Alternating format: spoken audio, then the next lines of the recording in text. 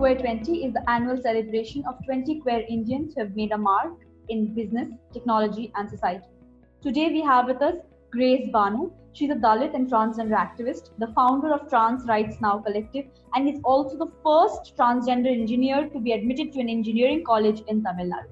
Thank you so much for coming and speaking to us. We would like to start by asking you the question, did you grapple with your self-identity, and what was the kind of support system that you had? My biological family, I have three brothers, one younger brother, two elder brothers. So they are very, they are, so we are all from the Dalit background family.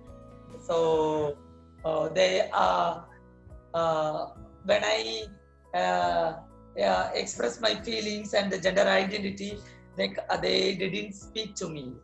Only they spoke with me the last three years only. I left from my home and I met trans community people. The near the district, those a group of trans people who they're all that time they had alva business. So they did alva business.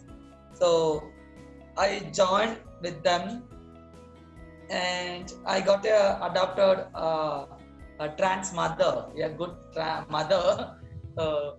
She's a very good person. When I met her first time, immediately I said I want to continue my studies. I don't want to do the normal people are doing begging and sex. So I want to continue my education. Immediately she said, okay, no problem, I will support. So she only gave so much support and she only giving so much power, this kind of positive energy to me.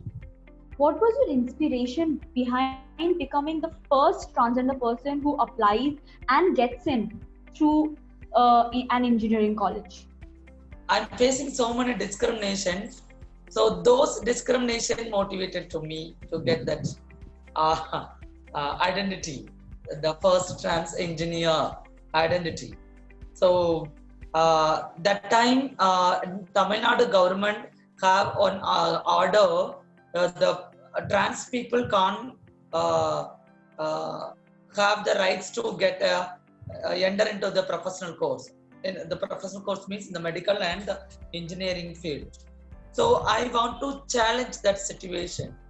So I want to change and challenge that situation. So that's why I applied the engineering. So I got an engineering seat. Now I completed engineering, my graduate in 2016. So that struggle is it's after a long struggle we got that kind of space, so that kind of rights. So for me, all other people, all the trans people to get this kind of rights, they want to get. So so we are fighting for that rights. When I enter the engineering, that's my own identity, you know. So after changing my all the identity, so I want to join my own identity. So that time I got some fear when I entered first time in the college. My college faculties, they are treated very nicely. They treated me very nicely, and I didn't expect my students, my classmates, my college mates. So they are all extremely supported me, because they are like, they are not treated me differently. Oh, you are a woman, I'm also a woman. That's it. So that kind of equality they follow. What were your motivations behind setting up Trans Rights Now Collective, and what is the kind of importance that spaces like that hold in the current time? Their motivation is the people who wants to go to the study, they should study. The people who wants to get an employment opportunity, they should have an employment opportunity. So the struggle, when we get to the education, that struggle, Trans Rights Now Collective, they are doing the fight, legal fight, and the campaign. So this kind of work they are doing, and our Trans Rights Now Collective are encouraging the people, educating the community, educate the community to get a mainstream space, mainstream platform, because the mainstream space is occupied by the privileged people.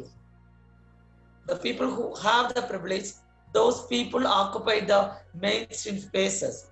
How inclusive is the queer community within itself? How are Dalits, Adivasis, and females assigned at birth being involved in these conversations to ease the burden of double or triple marginalization? The people who are living in the underprivileged, like Dalit, Adivasi, Muslim, this transgender people, we are facing the discrimination within the queer movement also. You know, the queer movement is a larger level movement.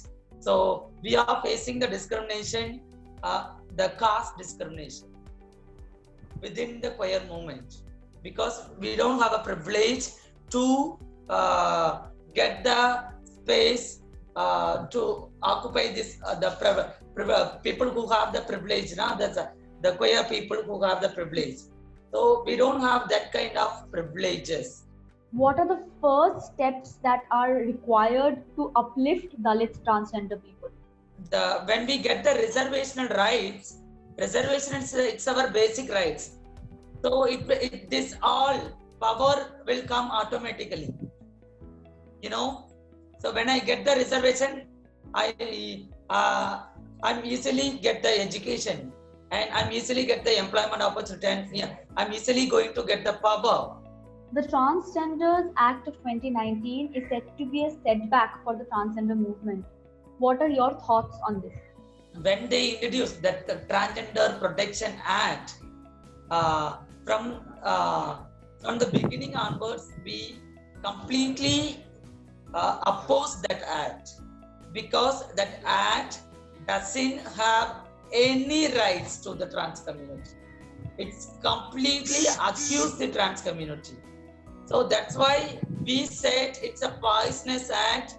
And when the act was passed in the parliament, I said, yes, it's a gender justice murder day. Of course, they were passed this act to kill the community, trans community people.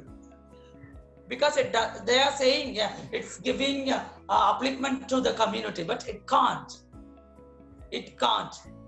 It doesn't have a reservational rights. It doesn't provide any educational opportunity, employment opportunities. It doesn't provide any the harassment I'm facing. So as before I said, when I face this 3 kind of abuses: verbal abuse, mental abuse, the physical abuse. So it doesn't talk about this kind of abuses. So it's an empty paper.